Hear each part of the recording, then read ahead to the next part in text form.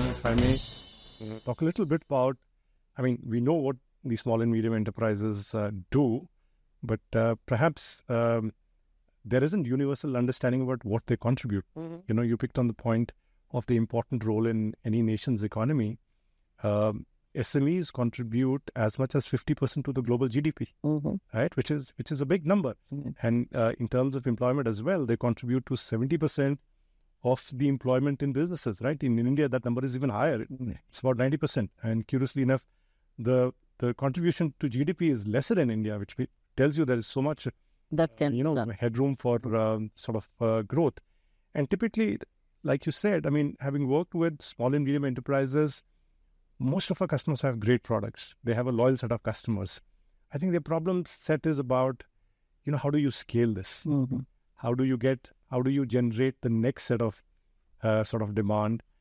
Often, in comparison to the large enterprises, I would say the customer journeys are a little disconnected, right? And which is probably preventing them from scale. So, these are the issues that they have, and most of their work processes tend to be manpower intensive. And to attract the right kind of manpower is an issue for them. So it is therefore, understandable that, that they are at roughly a 50% productivity level when compared to large enterprise. And you would have, in your experience as well, seen that because of the inherent issues, problems of funding, problems of the requisite technical skills, their adoption of technology is also at a much lower level than large enterprises. And this contributes to sort of robbing them of the competitive edge, that they are really searching for. And despite that, they are contributing to 50% of the GDP. You can imagine if they are enabled and some of their problems of access to funding, access to technology, access to skilled resources are sorted out, how much they can contribute. And I'm sure you would know that, in say places like, the example that comes to mind is Israel, where all of these constraints don't exist. Have been taken out, yeah. Right, and their contribution to GDP is 70-odd%. So I think this access to technology is a very big thing. The government has been doing a lot in order to ease the access to finance, okay? So today you have the Open Credit Enablement Network, you have the Account Aggregator Forum, where you can actually go and get a lot of information about people's finances. And you have a lot of government schemes that are there in order to support the SME sector. What isn't really looked at is, as you rightly say, the technology piece. And that is where I think, we need to sort of work together, because what you are providing is the connectivity, the communication and the platform that's required for the best of technology. And what we are providing are really the technology solutions. Because again, as I said, we take a lot of interest in running this SME motion separately. And globally, by the way, it's run in a separate fashion. Because we do realize that, while we are an enterprise software company, we can make the same things available to them, but with tweaks. We don't want to have to customize the same products, because the moment you start customizing, it becomes costlier.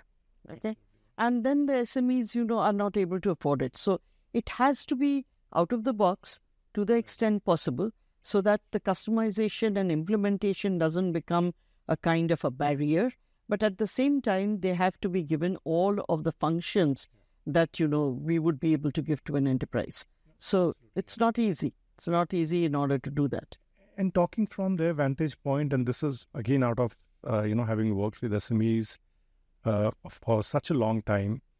See, firstly, SMEs, it's not a homogeneous segment, right? You have the micro, you have the slight medium, and you have the slightly larger sort of, and their personas and their buying behaviors are different. But what is still very sort of universal about the small and medium enterprise segment is that they are actually looking for an all-rounder. When they look at service providers, whether it is connectivity or technology or even, people who are sort of straddling both connectivity and technology, they are looking for an all-rounder to stay the journey with them, right? Somewhere they believe that their leverage with either large telcos or large technology players is possibly not there, right? So therefore, they prefer to work with a partner who is selling their products and services, but who is also helping them make these technology decisions, which are an issue for them because they don't have the sort of skilled resources.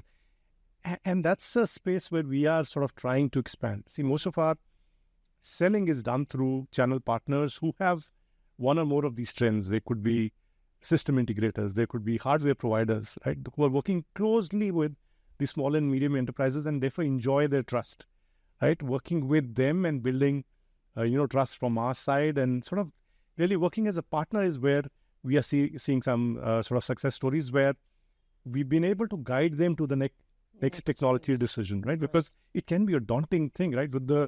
With the supply side of it, imagine for a small and medium enterprise to know that okay, it's a good amount of investment, and it is possibly make or break. And then how do you go ahead and make that sort of decision? I agree with you because we are finding this everywhere where we go in.